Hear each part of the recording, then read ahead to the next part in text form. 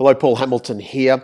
Quick tutorial here on Book Creator, and what we're currently doing with some of our Year 1 students is just get them to think about location and mapping.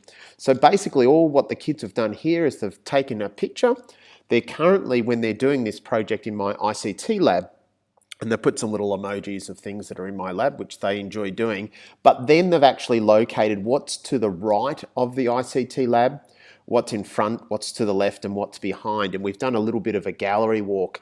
And what you can then do is you can start to bring in some more photos of things that are in between those two locations. So what I've tried to do there is really look at the kids relating to where they are and trying to pinpoint and create a basic kind of map of where they are in the school currently and what are the things around them. And then we're going to start to integrate what we actually do in those places to make it a little bit more relevant.